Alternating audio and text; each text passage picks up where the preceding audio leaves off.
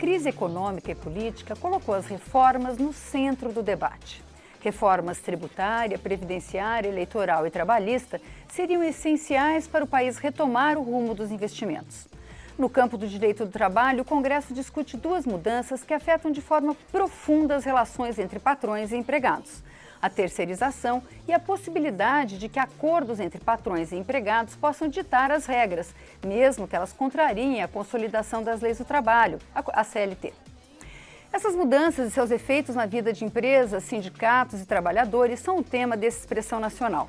E os nossos convidados são o Procurador do Trabalho, João Carlos Teixeira, o deputado Júlio Lopes, do PP do Rio de Janeiro, autor da proposta que flexibiliza a CLT, a gerente executiva de Relações do Trabalho da CNI, Silvia Lorena, e o deputado Valmir Pacidelli, do PT de São Paulo, integrante da Comissão de Trabalho. Eu queria começar perguntando para o autor da proposta, deputado Júlio Lopes. Hoje já é permitido que os acordos coletivos, que os acordos entre patrões e empregados se sobreponham à CLT quando forem mais favoráveis ao trabalhador. O que muda com a sua proposta, deputado? Olha, na realidade, desde a Constituição de 88, os artigos 7º e 8º da Constituição, em seus incisos vários, já prevêem o que eu estou propondo mais uma vez. O que faço é reiterar a absoluta necessidade de darmos liberdade ao negociado sobre aquilo que se considera legislado, porque, de fato, a Constituição Federal já autoriza, desde então, 1988, essa negociação, desde que não se firam os direitos assegurados e que isso seja transitório enquanto durar a dificuldade ou a necessidade da prevalência desse acordo. Deputado Pacidelli, o que o senhor acha dessa proposta? O senhor aqui da comissão também? Veja, do nosso ponto de vista, é uma proposta que pode, sem dúvida nenhuma, retirar direitos dos trabalhadores, prejudicar diversos trabalhadores nesse país, porque a nossa visão, os acordos coletivos, a negociação trabalhista precisa acontecer da legislação para frente e não da legislação para trás. Se libera as negociações independente da legislação, evidentemente, em momentos de conjuntura econômica mais difícil, como essa que nós estamos passando, a tendência, evidentemente, da maioria das categorias, da maioria das empresas, é retirar direitos dos trabalhadores e, portanto, retroceder naquilo que nós temos hoje no país. Doutora Silvia, a CNI colocou essa proposta, assim como da terceirização, como propostas essenciais nesse momento. Por quê? Bom, nós temos uma legislação trabalhista, né? O nosso principal instrumento, a CLT, é da década de 40. E a CLT já está desajustada às novas formas de produzir, às novas formas de trabalhar, e a negociação coletiva é uma ferramenta que pode e deve ser utilizada para modernizar as relações de trabalho. Como bem disse o deputado, o reconhecimento aos instrumentos coletivos já é da Constituição Federal de 88, em que foi desenhado dentro de um modelo de organização sindical que privilegia a autonomia da vontade coletiva. Essa proposta, ela vem dar segurança jurídica e não exclui, não retira e não revoga a CLT.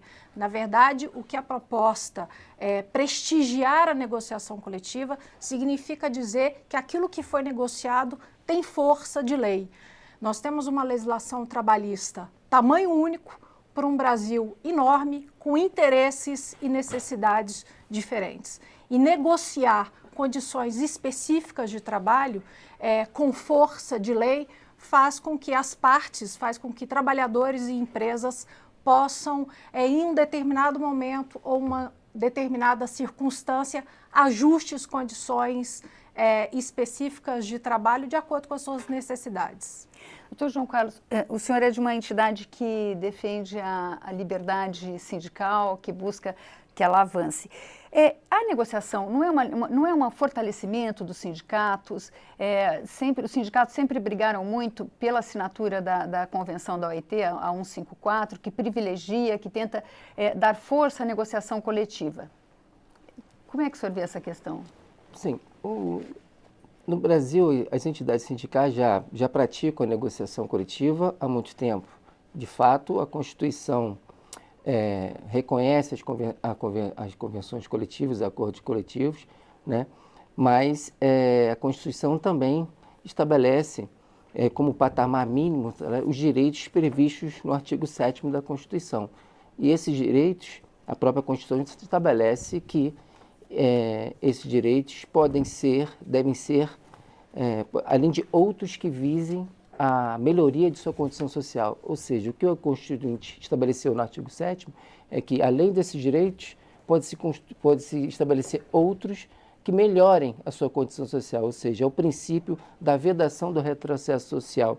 E o que nós tememos com esse projeto de lei é que, quando fala que pode se sobrepor à lei e não ferir a Constituição, mas não ferir a Constituição em que termos?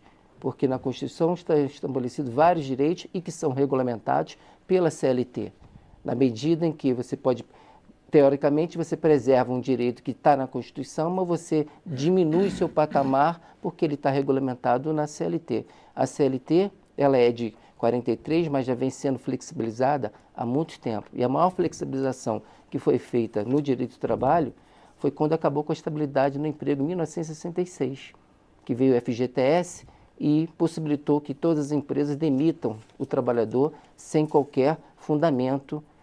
E isso inibe essa liberdade de demitir, acaba inibindo o trabalhador a participar do seu sindicato. Por quê? Porque teme para o seu emprego. Hoje você pergunta ao trabalhador se ele se sente livre a participar do sindicato, de uma assembleia. Ele teme porque ele sabe que pode sofrer represálias das empresas e muitas praticam isso. E aí não há o fortalecimento das entidades sindicais, negociar nesses termos. Não, porque senão parece que eu estou desvalorizando o meu próprio trabalho legislativo. Não é o caso, não. Quando eu falei que a Constituição é clara nesse aspecto, a irredutibilidade do salário ela se consigna a um acordo coletivo, e esse acordo coletivo, quando da imperiosa necessidade de fazê-lo, eu só coloquei a Constituição porque eu acho que ela prevalece a essa nossa conversa e a minha iniciativa aqui. Na realidade, o que se precisa entender é que nós estamos na economia do conhecimento, num outro momento do mundo desenvolvido. Se assim não fosse, as grandes economias do mundo, não todas deliberaram exatamente nesse sentido. Obviamente, nós faríamos toda a negociação no amparo da lei. Nada é possível fora do império da lei. E quando se fala em negociação, se fala dentro do império da lei, daquilo que for legal, obviamente. Isso inclusive, o projeto já ressalva os direitos previstos na Constituição. Né? Não, o seu projeto já ressalva, você já... desde que sejam respeitados os direitos previstos pela Constituição. Como é óbvio. Não, e o próprio Supremo Tribunal Federal, que é o guardião da Constituição, ele já reconheceu a possibilidade de trabalhadores representados pelos seus sindicatos negociarem com os empregados, com os empregadores, com as empresas. E expressamente, me permite abrir aspas, uma frase que diz nesse acordo: a negociação coletiva é uma forma de superação de conflito que desempenha função política e social de grande relevância. De fato, ao incentivar o diálogo, ela tem uma atuação terapêutica sobre o conflito entre capital e trabalho e possibilita que as categorias econômicas e profissionais disponham sobre as regras a quais se submeterão. Então, esse tema, inclusive, já foi decidido pelo Supremo Tribunal Federal em sede de recurso extraordinário com repercussão geral e que tem efeito vinculante. Então, uma proposta que prestigia a negociação coletiva, delineando os contornos, vai dar segurança jurídica para que essa negociação ela seja feita nos limites da lei observada a Constituição. Deputado, hoje nós estamos vendo, acho, um pouco continuando essa questão, algumas categorias que estão diminuindo a jornada de trabalho com redução de salário. Isso, teoricamente, não seria possível com as leis, mas isso está sendo aceito pelos sindicatos, é uma negociação para a manutenção dos salários. O senhor acha que, nesse sentido, é possível aceitar esse tipo de mudança? Só uma correção, isso sempre foi e está previsto. Primeiro, sempre foi e está previsto. Primeiro, nós precisamos reafirmar que os acordos coletivos são fundamentais, são importantes e nós o defendemos. Tanto é assim que todos os anos os sindicatos sentam nas mesas de negociações para negociar coletivamente. E, evidentemente, buscam a sindicalização da maior quantidade de trabalhadores para que possa ser fortalecido essa negociação coletiva. Muitos dos avanços que os trabalhadores têm hoje, fruto de mobilização das categorias de organização e de negociação coletiva. O que nós questionamos é que nós não podemos nivelar uma categoria mais organizada, uma categoria mais politizada até, com outra categoria que tem uma instabilidade maior. Se você retira a possibilidade da manutenção de direitos e garantias desses trabalhadores da lei, você permite que em momentos de crise ou em momentos de instabilidade de um setor econômico qualquer, esses trabalhadores possam sim ser prejudicados.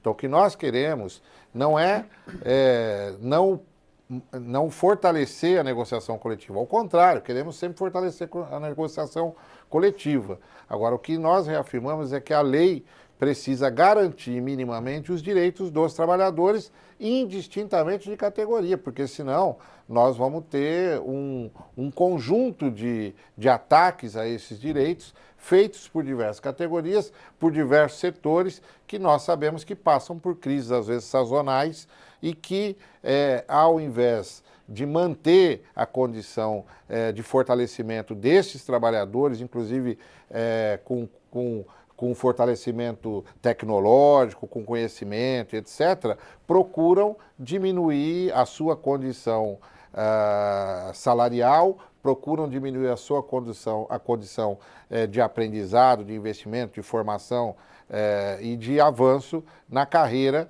em detrimento da situação econômica daquele momento. Eu acho que a gente está numa questão, o direito do trabalho tem como princípio de que o trabalhador tem menos poder diante do patrão, porque claro, o patrão tem o direito de despedi-lo a hora que bem entender. Mas esse ponto, inclusive, Vânia, agora, a gente está abrindo mão disso, então, é essa a questão. Mas você está considerando o trabalhador como igual, em condições de discutir por igual? Mas esse ponto, inclusive, foi discutido no acórdão do STF. Claro. Ele disse que quando o trabalhador está representado pelo seu sindicato, passa a ter o equilíbrio. Exatamente, passa a ter essa condição de entender o trabalhador hipossuficiente ou incapaz de se autorrepresentar quando ele está representado pelo conjunto da sua categoria é inaceitável. É uma fantasia o que está se fazendo aqui. Primeiro, sempre se pôde acordar como está aqui previsto na Constituição. Isso está constitucionalmente previsto desde 1988 e assim poderemos proceder desde aquela época, hoje e amanhã.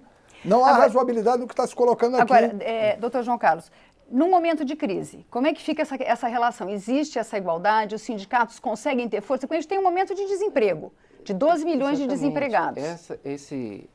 A legislação trabalhista ela vem justamente, né, para regular essa desigualdade que existe entre o capital e o trabalho, entre o trabalhador e o empregador. Né? E muito se diz que o trabalhador organizado em sindicato ele vai negociar em paridade de força. Isso não é verdade. Primeiro que, como foi dito, os sindicatos no Brasil têm muito baixa representatividade. Não podemos comparar São Paulo com Rio de Janeiro, com alguns rincões de cidades em que os sindicatos são frágeis e o trabalhador não participa da atividade sindical, e digo, por receio de perder o emprego. Essas atitudes de violação do direito à liberdade do trabalhador de se expressar perante a empresa e perante o seu sindicato, ela é real. Ela é real. O trabalhador ele tem receio de participar da atividade sindical. Ele não vai sequer numa assembleia, porque muitas vezes a empresa filma a assembleia, põe prepostos para saber se votou contra, ameaça-se o trabalhador. Então não há liberdade de negociar dessa forma. Eu quero chamar a atenção porque se invocou aqui a Convenção 98 da OIT, a 154 da OIT, essas mesmas Convenção 98 estabelece que os trabalhadores têm que gozar de uma proteção contra atos atentatórios à liberdade sindical. O direito de liberdade sindical, ele sequer foi assegurado aos trabalhadores. Entendeu? Bom, voltamos para as cavernas, então. Vamos pegar cada um tacapo, voltamos para as cavernas. Isso é fundamental. Se estamos nessa condição sindical no Brasil, vamos todo mundo para as cavernas. Você acha que em tempo de desemprego, na verdade, senhores, a gente poderia falar um de cada vez, porque quem está em casa não está conseguindo entender. Mas, na verdade, isso vai ser uma oportunidade de fortalecimento dos sindicatos, ou seja, deles assumirem o papel a qual foi dada a Constituição, de defesa e representação dos trabalhadores. Se não tem representatividade sindical no país, a gente até tem que questionar e muito a qualidade dessa representação, mas se ela não existe, aí nem cabe essa discussão. E no exemplo que o senhor deu, se o senhor me permite, se não houve assembleia, é caso de vício de consentimento. Aí não é caso de não validade de negociação coletiva, porque não pode negociar. É caso da nulidade. Né? Então, mas aí a questão não é de você não poder negociar. Né? Aí é uma questão de inexistência de representatividade. Aí não há essa conversa. Aí não precisamos ter essa conversa aqui. O que mais se faz, porque anualmente 30 mil acordos coletivos são depositados. Anualmente, 30 mil acordos coletivos e convenções são registrados. Isso revela que os sindicatos têm capacidade de negociar. Sim, negociam sob a proteção do patamar mínimo legal. A partir do momento que o patamar mínimo legal é a Constituição. Não, o patamar mínimo legal é a CLT. A Constituição, a CLT, as convenções internacionais do trabalho. A grande argumentação daqueles que defendem rasgar a CLT, o negociado sobre o legislado, é exatamente tentar desqualificar o poder de negociação dos sindicatos e exatamente tentar desqualificar a organização sindical. O que nós estamos dizendo é que há efetivamente uma diferença de condição de forças entre os trabalhadores, mesmo aqueles mais organizados nos seus sindicatos, e as empresas, e o poder econômico e o trabalho. Há uma diferença bastante grande. Se não houver garantias mínimas na legislação que possa dar condição de que as negociações aconteçam na busca de conquistas e de avanços coletivos, o que acontecerá com a maioria das categorias é que elas retrocederão em direitos dos trabalhadores nas diversas fases. Eu compreendo que o deputado Júlio Lopes diga que a Constituição garante alguns requisitos básicos dessas coisas. E é verdade, garante. Agora, nós não podemos simplesmente rasgar a CLT, mesmo que você diga que ela é de 1946, ao longo do tempo ela foi tendo mudanças, e mudanças que foram garantindo situações de melhoria dos trabalhadores. Claro que nós podemos avançar em situações da legislação. É claro que nós podemos. Isso é importante deixar claro que quando se faz uma negociação coletiva, não está ou aprovando um projeto que valoriza, que prestigia a negociação coletiva, em momento nenhum está se revogando a CLT. Mas nós se não tiver negociação, está valendo a lei. Nós queremos prestigiar e valorizar sempre a negociação coletiva. O que nós não queremos é que prevaleça essa negociação em cima de direitos e garantias que os trabalhadores já têm. Nós queremos que a negociação avance. O que nós estamos tentando fazer aqui é um avanço na cultura do que é o trabalho contemporâneo. É um avanço na cultura do que é a contemporaneidade da discussão trabalhista no mundo inteiro. Nós não estamos aqui com o propósito de fazermos uma lei só porque a lei já existe. Nós estamos reiterando um aspecto da Constituição no sentido de convidarmos a todos, a sociedade brasileira, que precisamos melhorar a representatividade sindical e empresarial no país, mas, sobretudo, estimular o debate, fazer com que a sociedade converse entre si e chegue a um novo patamar de entendimento e de lógica na construção do desenvolvimento. Nesse sentido, eu gostaria, como o deputado Júlio Lopes falou, das novas formas de trabalho. Hoje a gente convive com o home office, as pessoas trabalham em casa, trabalham à distância. É possível conviver com a atual estrutura que a gente tem, com esse tipo de trabalho, que são formas de trabalho que você não tem como controlar tempo? Claro que não, com o CLT, como é que o sujeito controla um trabalho que é feito na inteligência, que é concebido numa residência a milhares de quilômetros de um parque industrial ou de um escritório? Não se pode amarrar toda essa contemporaneidade dentro desse processo. É verdade, Júlio, esses avanços nós precisamos considerar. E reconheço no deputado Júlio a disposição de buscar caminhos nesse sentido. E nós aqui precisamos fazer esse debate mesmo no parlamento nesse sentido. Hoje mudou, aliás, é uma das questões preponderantes na nossa economia, na economia mundial, é a mudança do modo de produção. Hoje nós não temos mais aqueles grandes conglomerados de trabalhadores e muitas das grandes indústrias hoje passam a distribuir a sua produção das mais diversas formas. Nesse sentido, precisamos ter avanços. Mas também para isso nós precisamos garantir que a legislação permita que esses trabalhadores não sejam simplesmente colocados numa vala onde não exista garantias individuais e garantias coletivas mínimas para que eles possam ter a sua sustentação e os seus direitos preservados, mesmo Mas buscando isso essa na Constituição já diz, essa redutibilidade deverá ser temporária, transitória e assegurar avanços em superioridade àquilo que se foi desprendido. Quer dizer, você tem que ter um ganho que supere aquilo que foi negociado. E o ganho maior qual é? É a preservação do trabalho, é a preservação da empresa, é o conjunto da prosperidade. E a CNI fez uma pesquisa em parceria com o IBOP, né? Porque isso daqui é importante para a gente fomentar o diálogo e ouvir a vontade dos trabalhadores, né? Então a CNI fez uma pesquisa junto com o IBOP, onde cada 7 trabalhadores manifestaram vontade de flexibilizar as regras do trabalho.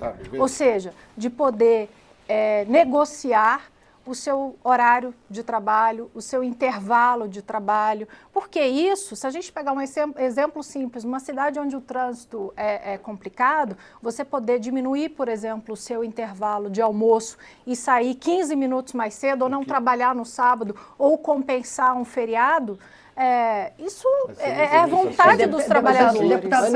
O deputado João Carlos está tentando falar aqui há algum tempo. Por favor. Para flexibilizar jornada e salário, não precisa dessa lei para isso, que isso já é feito há muito tempo pelas entidades sindicais. Tá? Né? Na época da crise dos anos 80 e 90, o que mais se fez foi acordo coletivo para diminuir salário e jornada, principalmente na indústria automobilística, no sindicato mesmo. Então, e para isso não precisa de lei para isso, não precisa de nova lei para isso. O que esse projeto coloca é a possibilidade de ele se sobrepor à lei, que é a CLT, que estabelece o patamar mínimo de direitos para a classe trabalhadora. E a partir do momento que você tira esse patamar mínimo de direitos, e detalhe, está se falando aqui em diálogo, né? Voltando à convenção que outra vez é invocada aqui no projeto, né? A Convenção 154, que estabelece expressamente que as medidas adotadas pelas autoridades para estimular a negociação coletiva deverão ser objeto de consultas prévias às organizações de trabalhadores e empregadores. Está se discutindo um projeto de grande relevância em que a classe trabalhadora já se colocaram contra esse projeto por 2 oportunidades. Por 2 oportunidades, esse projeto já foi rejeitado no Congresso Nacional e, novamente, ele vem no momento de crise econômica para colocar em risco novamente a legislação do trabalho. Porque esse projeto ele vai gerar uma desigualdade entre os trabalhadores, como o deputado falou. Existem sindicatos que vão ter condições de negociar, mas outros não vão ter a mesma condição. Entendeu? Eu acho que a gente voltar para a convenção... Se a gente voltar... Mas eu acho que se a gente voltar para a convenção, a própria convenção diz que as partes signatárias, os estados signatários, devem promover a negociação coletiva, onde as partes podem estabelecer suas próprias condições de trabalho. Eu acho que tem uma questão que está colocada, que o Valdomiro Trento, que é o nosso telespectador de Santos, ele coloca uma questão, como repetindo a informação que o senhor deu, mais de 15 mil sindicatos. Ele fala que dessa forma não é possível discutir interesses coletivos. Ele também reclamou da taxa de negociação e inclusão social, que é imoral, ele acha que não deve haver. Ele diz que, e ainda, o principal do que ele fala, a maioria dos sindicatos de empregados ou de empregadores tem menos de 15% de associados da categoria profissional. Muitos têm menos de 2%. Quer dizer, a gente tem que ampliar o debate mesmo, a qualidade da representação de empresários. Nós vivemos num país que tem, como o doutor João Carlos falou, sindicatos dos metalúrgicos, né? O senhor citou no caso dos metalúrgicos, que talvez tenha sido o sindicato mais forte desse país num determinado momento. Mas a gente tem um país que também tem trabalho escravo. Quer dizer, a realidade do Brasil não é só São Paulo, Rio, e mesmo em São Paulo e Rio temos trabalho escravo. Exatamente. Quer dizer, como é que esse tipo de trabalho, esse tipo de problema acontece até em qualquer sociedade desenvolvida. Não tem que ser revista, não é deputado? porque a incidência desse tipo de problema que não vai se avançar nas negociações, que não vai se avançar na legislação. Mas a questão sindical, isso é absolutamente fora de contexto. Você disse um ponto importante. Realmente, o Brasil é diferente. Agora, a gente tem uma legislação tamanho único para um Brasil desse tamanho, com necessidades e realidades diferentes. A negociação coletiva, ela permite que empregado e empregador, e empregado representado pelos seus sindicatos, possam ajustar condições de trabalho considerando a sua realidade. Agora, é importante dizer que as centrais sindicais, o ano passado, fizeram uma denúncia à OIT, sob o argumento de que o Estado estava intervindo nas negociações coletivas, ou seja, que o Estado estava anulando cláusulas que foram negociadas de forma livre e legítima. Eu queria só colocar uma coisa que é importantíssima, é o seguinte, se a gente tivesse um tipo de flexibilidade de legislação minimamente adequada, nós não estávamos com 12 milhões de desempregados no país. Se nós estivéssemos com uma legislação e com um comportamento sindical e empresarial adequado, nós não estávamos com esse nível de desemprego. Exatamente o que mostra a necessidade de uma revisão legal e de um novo comportamento empresarial e dos empregados é o sentido que nós estamos vivendo a maior crise no Brasil desde 1908. E se nós não fizermos nada, essa crise continuará a se agravar. É absolutamente necessário que empregados e empregadores revejam sua condição de interação, de entendimento e de acordar. Para progredir e para sobreviver, para que possamos construir um novo momento na nossa sociedade. Primeiro, só discordando do momento econômico, que é grave, mas quem viveu a década de 80, a década de 90 nesse país, principalmente os trabalhadores que andavam porte fábrica perambulando mais de ano em busca de emprego, que chegou o nível de desemprego a 20%, 25%, sabe que nós não estamos vivendo a maior crise desse momento. Segundo... A maior crise econômica é sem precedentes. Segundo, nós precisamos compreender que há diferenças, evidentemente, entre as categorias, há diferença dentro das categorias entre as diversas funções e profissões que se tem, e que é óbvio que se busca melhorar, através dos acordos coletivos, essas iniciativas no sentido de que a gente possa avançar a legislação, avançar, inclusive, as condições de trabalho. Agora, nós sabemos que o empresariado brasileiro, infelizmente, ele ainda tem uma cabeça do século passado. Infelizmente, veja, nós estamos passando, entre outras questões, por uma crise no governo em função da dificuldade de arrecadação, porque houve desonerações de vários setores e esses setores que foram desonerados, buscando a argumentação para investir na tecnologia, investir na sua condição de fomento desses setores, não o fizeram, tá certo? Então, há um problema, sim, nas relações de trabalho. E, infelizmente, a tão falada liberdade e autonomia sindical, a tão falada liberdade de direitos dos trabalhadores, ainda não existe da porta da fábrica para dentro. E nós sabemos como é que é isso na relação cotidiana do chão de fábrica. Então, o que nós queremos é que possa, sim, buscar mecanismos de flexibilização de relações, possibilidade de ampliar a condição de negociação coletiva, porém, nós precisamos ter garantias mínimas ao conjunto dos trabalhadores. Apesar da diversidade, a diversidade ela se dá da garantia mínima para frente e não da garantia mínima para trás. A gente vai fazer um pequeno intervalo e volta daqui a pouco.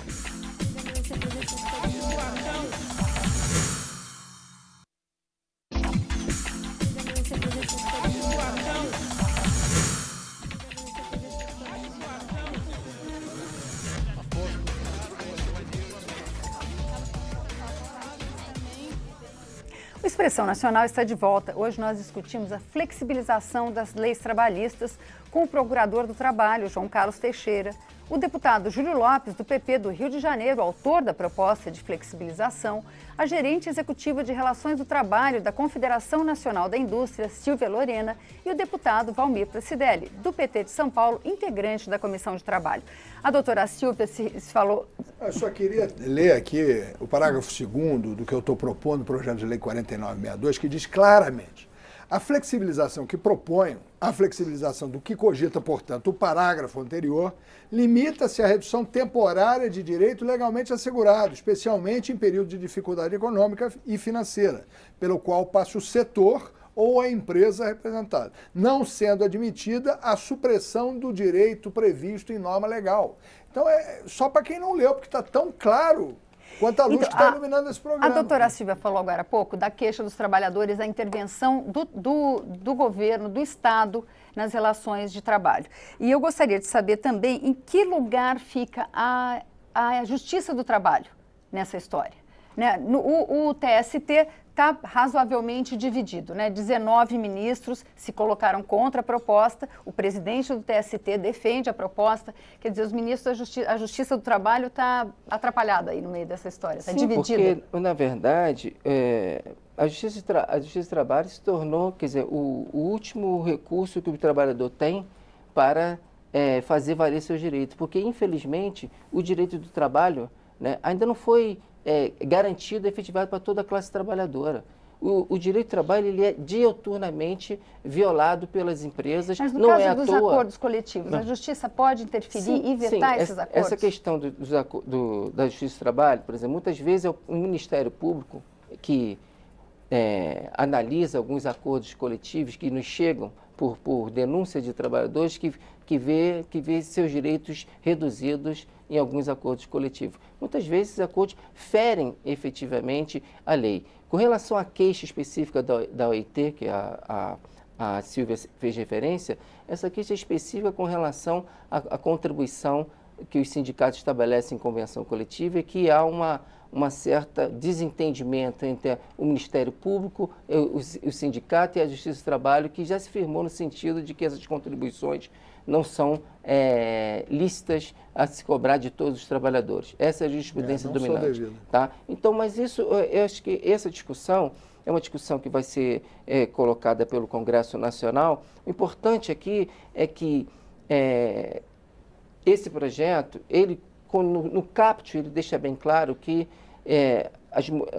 os acordos e convenções coletivas vão se sobrepor, né, à lei, desde que não contraria a Constituição e normas de medicina e segurança do trabalho. Só que os direitos que estão elencados na Constituição, quer dizer, como eu disse, o patamar, eles são regulados na CLT.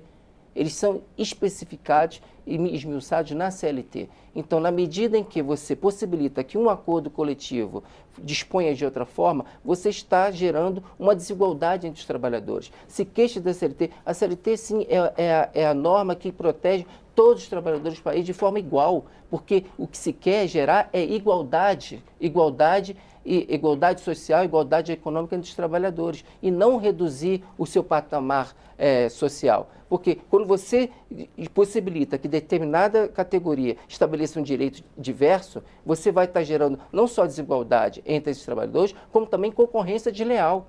Por quê? As empresas vão disputar com um determinado sindicato um acordo coletivo que vai favorecer aquela empresa, mas que não pode não favorecer a outra. Isso vai criar uma concorrência desleal no mercado também. Isso é possível que ocorra. Deputado Júlio Lopes, como é que o senhor vê o papel da Justiça do Trabalho nesse caso, dos acordos?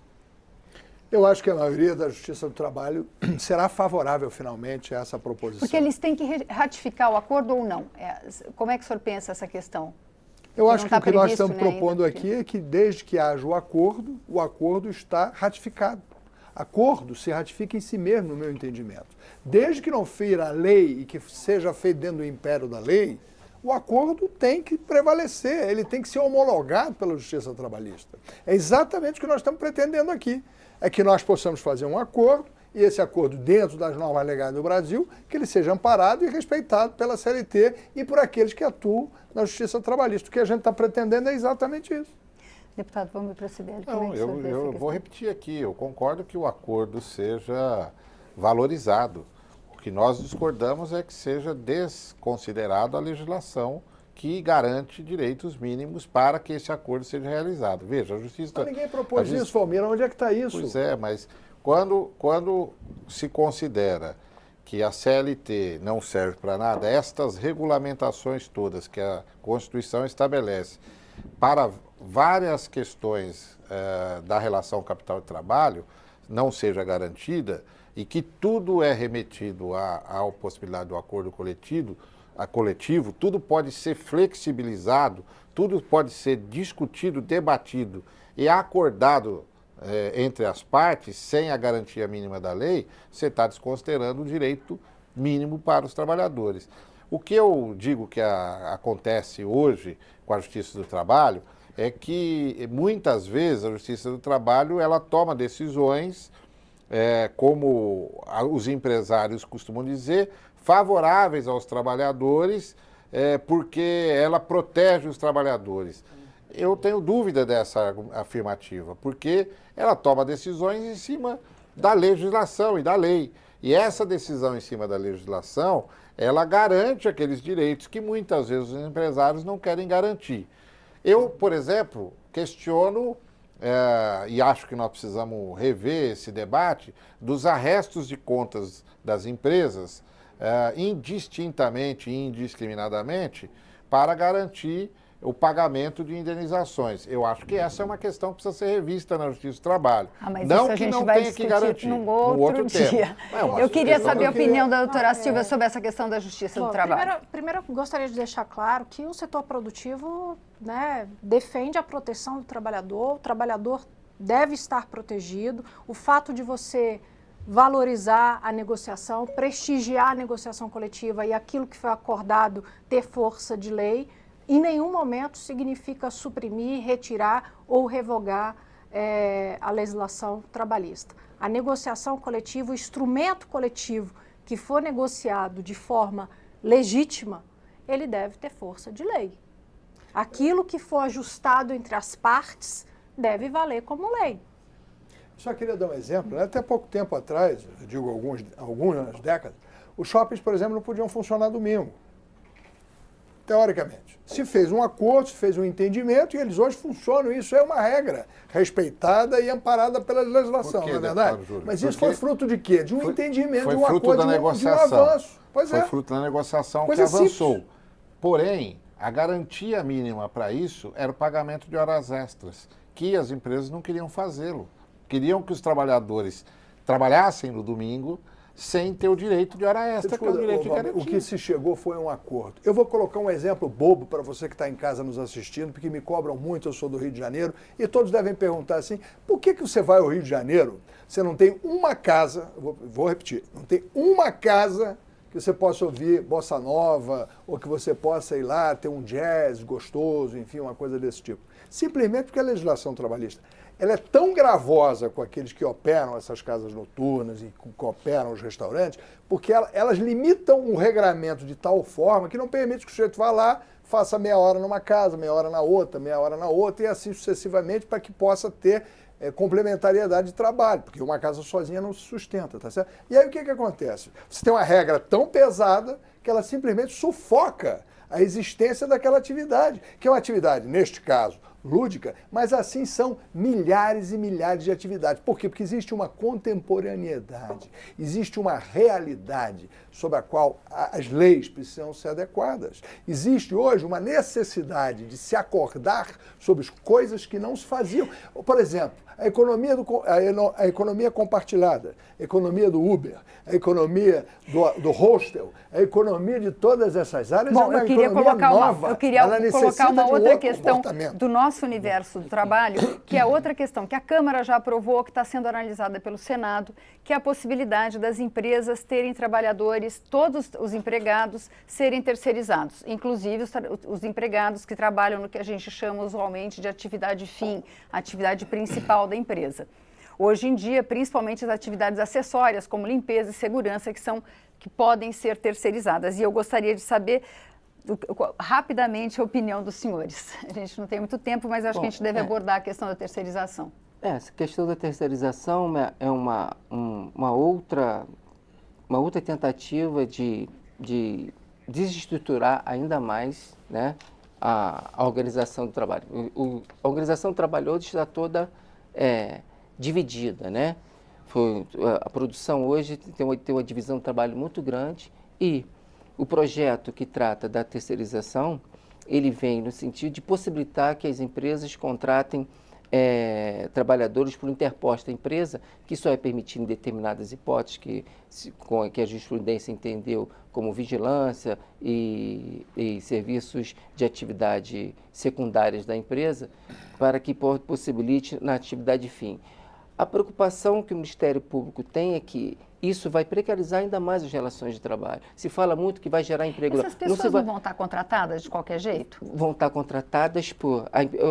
A consequência imediata para nós vai ser a seguinte: as empresas vão demitir os seus trabalhadores e vão recontratá-los através de uma empresa interposta, que para que seja mantida, como todas as duas empresas visam lucro, o que se vai ver é a força de trabalho sendo mercantilizada e certamente o salário vai cair para favorecer o lucro de uma e de outra, no mínimo no patamar de 20%, no mínimo. O salário vai cair. O salário vai cair para que ambas as empresas aufiram o lucro que esperam da sua atividade. Porque ela vai terceirizar para uma empresa que também visa o lucro, que vai ganhar em cima da gestão de mão de obra. E a força de trabalho vai ser mercantilizada. O negócio das empresas passa a ser a força de trabalho do mercador. Ou seja, o que a OIT preconiza desde o século passado, que é o trabalho não é mercadoria, vai passar a ser assim.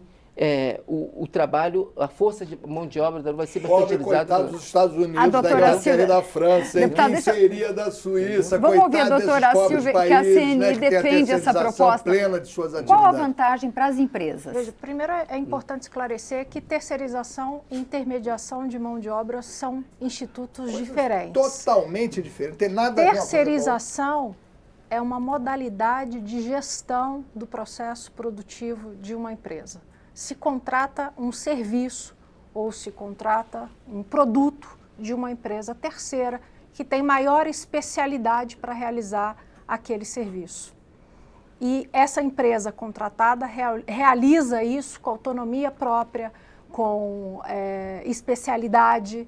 Então, não é uma intermediação de mão de obra, né? A terceirização não precariza. Vou dar um exemplo dentro da área da televisão. Posso dar um exemplo pobrinho aqui? Sim. A BBC de Londres. Todas as suas produções, ou a maior parte das produções da BBC, são terceirizadas a produtores independentes, que contratam trabalhadores, atores, repórteres de forma independente. Pobre coitada da Inglaterra, dos Estados Unidos e da França, que faz assim há décadas e décadas.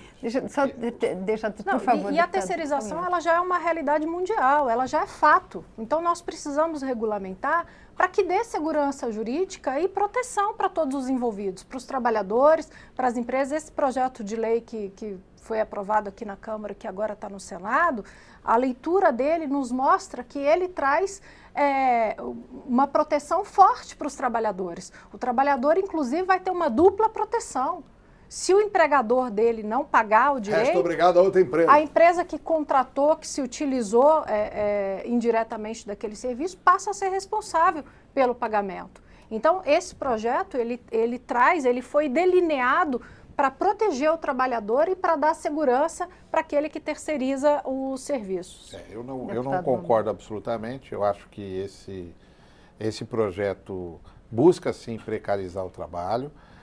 Se constituir milhares de empresas através da que a gente chama de pejotização do trabalho, as pessoas se transformarem numa tal de pessoa jurídica, acreditando que são empresários e, portanto, tendo menos direitos e executando os mesmos trabalhos, às vezes até em jornadas maiores, em condições piores, e isso vai, além de diminuir os direitos dos trabalhadores, fazer com que haja uma diminuição salarial de diversas categorias, uma diminuição da formação profissional, porque quando você reduz a capacidade salarial, você também reduz a formação profissional desses trabalhadores, ainda haverá, sem dúvida nenhuma, uma diminuição bastante grande de arrecadação de impostos, porque o que acontece hoje, inclusive em muitos lugares, e vou dar exemplo da Rede Globo, ou de outras emissoras, que contratam os seus funcionários através de pessoa jurídica para que deixe de pagar impostos daqueles salários altos que tem lá. Isso acontece com professores de universidades, isso acontece em outros lugares. Então nós já temos isso. O que nós combatemos nesta lei, que foi aprovada aqui na Câmara, nós fomos contrário, que está no Senado, é que não se pode terceirizar a atividade fim. A regulamentação dos que já são terceirizados nós precisamos fazer, sem dúvida nenhuma. Este é um debate que está colocado no Brasil já há bastante tempo. Agora, nós não podemos flexibilizar. A escolha do que terceirizar, ela faz parte da estratégia de negócios da empresa. Como é que você terceiriza uma atividade fim da empresa? Mas... Uma empresa que constrói um equipamento, uma metalúrgica. Quem são os maiores contratantes de serviços de informática, de construção de software do mundo? São as maiores empresas de software dos Estados Unidos. Porque exatamente o negócio delas é conceber, projetar, idealizar, fazer produtos e processos que sejam inovadores. Agora, a prática do exercício funcional de quem executa é terceirização. Então, ela contrata outra empresa. Exatamente. Ué, mas não a doutora não Silvia estava nesses moldes que está colocado na lei que se quer aprovar aqui. É assim que é, exatamente mas assim. Não é, mas o isso já fim acontece. De uma empresa de software é fazer software. Aqui. Mas, entretanto, ela contrata terceiros, porque assim é mais econômico, é mais vantajoso. Vamos pegar um setor, o setor metalúrgico. Vamos pegar um setor, isso já acontece. O setor metalúrgico, por exemplo, há vários... os torneiros mecânicos, os retificadores, são muitas vezes hoje contratados, constituem uma empresa. Preciso dar um exemplo que é muito importante. Preciso dar um exemplo que é muito importante. A fábrica de caminhões mais produtiva do mundo, de maior recorde de produção do mundo, está no meu estado. Ela pertence à MAN, Volkswagen, MAN. E ela faz terceirização integral de todos os processos produtivos e dos trabalhadores. Ótimo, mas... E ela é uma fábrica brasileira, a de melhor recorde de produção do mundo. Isso a nossa legislação já garante. Vamos deixar a nossa convidada... É a terceirização indiscriminada. Disso que o senhor está falando, o que nós estamos fazendo é garantir exatamente o que a fábrica da Volkswagen faz no Rio. Por exemplo, eu vou dar um exemplo, a senhora me diga se eu estou errado ou não. Por exemplo, a Nike. A Nike vende material esportivo. Né? Apesar da gente achar que ela faz material esportivo. Ela terceiriza toda a produção. Ela nem faz nem vende, não. Ela projeta, concebe. Na verdade, quem vende são terceiros. Todo o processo de fabricação e de venda, então, no caso da Nike, são terceiros. Hoje nenhuma empresa faz tudo sozinha. Né? A empresa, ela trabalha, ela terceiriza parte do seu processo produtivo de acordo com a estratégia de negócio que ela escolhe. Claro, a questão de atividade, a questão de atividade meio ou fim, definição, não há na doutrina, não há na jurisprudência, não há legislação, e nem se tiver uma legislação, vai conseguir definir o que é fim e o que é meio. Por quê? Porque isso é dinâmico. Isso faz parte da estratégia de negócio. E se a gente for olhar... é aquela que é a típica por exemplo, da empresa. Mas se a gente for olhar, por exemplo, uma indústria que produz suco, e tem jurisprudência nesse sentido, plantar laranja faz parte da atividade fim? Da indústria de suco? Ela compra laranja. Então, hoje nós temos decisões dizendo que isso faz parte da atividade fim. Está tentando fazer com a lei de terceirização, deputada, exatamente garantir o que a Volkswagen faz no Rio de Janeiro, o que a Nike faz nos Estados Unidos e no Brasil, o que essas empresas contemporâneas fazem. Só por isso que são montadoras. Doutor João Carlos, mas eu acho que é importante. Você trouxe o exemplo do suco de laranja. O problema é que a empresa que compra a laranja, a empresa que compra a laranja, ela controla todo o método produtivo que o produtor tem e estabelece e dita o preço. E aí coloca esse produtor numa situação de dependência tal que muitas vezes acaba gerando esse vínculo de emprego, né, nessa atividade. Por quê? Por causa do controle que a empresa impõe no produtor. Mas isso nem, isso então, nem é quer dizer, questionado nos discussão do que é processos. verticalização de Não, processos porque produtivos. a Esse tipo de discussão aqui Deputado, é para enlouquecer, para não falar mais. Deputado, deixa as pessoas terceirização- terminarem, por favor, A deputado. terceirização que é feita no Brasil é assim. Eu tenho o caso concreto que eu tive lá no Rio de Janeiro, de uma empresa de refrigerante famosa, que simplesmente terceirizou a sua atividade de entrega de produto, passou para uma empresa, controlando todas as etapas, dizia até quanto tempo o motorista tinha que ter de profissão, ou seja, controlava tudo da empresa. E aí, quer dizer, se ela controla toda a atividade produtiva, ela que é empregadora. Não pode terceirizar aquilo que ela... De forma alguma. De forma, o senhor está completamente errado. O senhor está falando de verticalização do processo produtivo, não tem nada a ver com emprego, nem com defesa de empregado. Então, Você verticalização do processo produtivo, quando você contrata um serviço e você Ninguém está espera... conseguindo entender nada, porque está todo mundo falando junto. Eu acho que eu volto a dizer, terceirização e intermediação de mão de obra são institutos diferentes e devem ser tratados de forma diferente. Está se falando de verticalização de processo produtivo, não tem nada a ver com o que está se discutindo aqui. Terceirização é um contrato de natureza civil e que é uma parceria entre uma empresa e outra, cada um dentro da sua especialidade. É importante regulamentar a terceirização para quê? Para regulamentar as relações do trabalho daí decorrentes. Então, o projeto de lei ele vai delinear para garantir a proteção dos trabalhadores e dar segurança jurídica para quem contrata esse serviço. Hoje não tem nenhuma empresa que faz tudo sozinha. Smartphone é todo terceirizado. Uma empresa projeta, a outra idealiza, a outra cuida do vidro, a outra cuida da tecnologia, a outra cuida do teclado. Os hospitais, as escolas, qualquer entidade hoje é assim, Então qualquer um. O livro, um faz a capa, o outro faz a diagramação, o outro faz a tradução. A editora não faz nada, a não ser projetar o livro que vai ser feito, o resto é tudo terceirizado. Nesta lógica que você está dizendo, vamos pegar um gráfico. Então, numa gráfica... Bem rápido, deputado. Bem rápido. Numa gráfica, você pode terceirizar a limpeza, a portaria, você pode terceirizar. Agora, você não pode terceirizar o gráfico. Por que não? Porque você está terceirizando uma atividade típica da gráfica. Você está terceirizando algo, você está criando uma pessoa jurídica, ou você está criando em tese, uma empresa para retirar direitos dos trabalhadores. É isso. O direito dos uma escola trabalhadores. que não tem professor contratado, entendeu? E um hospital que não tem médico contratado. médico É assim. Bom, nós não vamos resolver essa questão hoje, o nosso tempo terminou, eu agradeço a presença dos nossos convidados. O Expressão Nacional termina aqui. Você pode rever ou compartilhar todos os nossos programas na página câmara.leg.br/Expressão Nacional. Nós também estamos no YouTube. Na próxima semana nós vamos discutir os efeitos da crise econômica do Rio de Janeiro sobre a realização das Olimpíadas. Obrigada pela audiência e até a próxima.